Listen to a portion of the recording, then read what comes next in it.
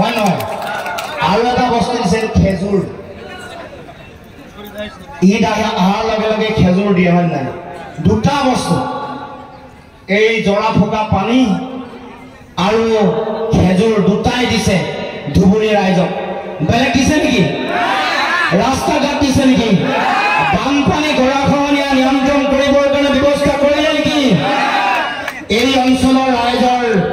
বানপানীৰ অৱস্থা বাৰিষা কেনেকুৱা হয় আমি সকলোৱে জানো ভূপেন বৰাই জানে অখিল গগৈ ডাঙৰীয়াই জানে ৰকিবুল হুছেইনে জানে আমি সকলোৱে জানো গতিকে এই বানপানী গৰাখহনীয়া সমাধান কৰিব লাগে বুলি দিল্লীত এবাৰো আমাৰ জোনামে আজমল চাহাবে এবাৰো মাত মতা নাই গতিকে দিছে যদি জৰা ফুকা পানী আৰু খেজুৰ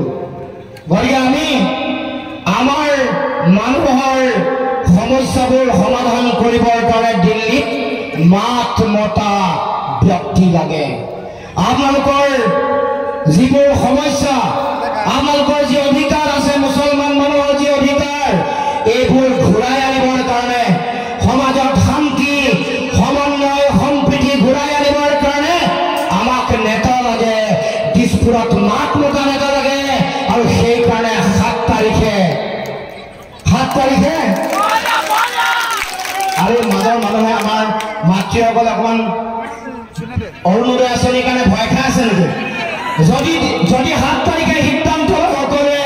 2খন হাত দাঙক 7 তাৰিখে বুজাই দিব লাগিব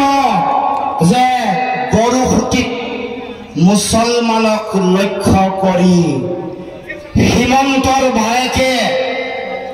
মৃত মানুহৰ মৃতদেহৰ ওপৰত ঘূৰিয়াই যি বিভৎস ঘৃণনীয় কাণ্ড কৰিছিল সেই কাণ্ডৰ এইবাৰ মুছলমান ৰাইজে অসমৰ ৰাইজে শেষ কৰিব খোজে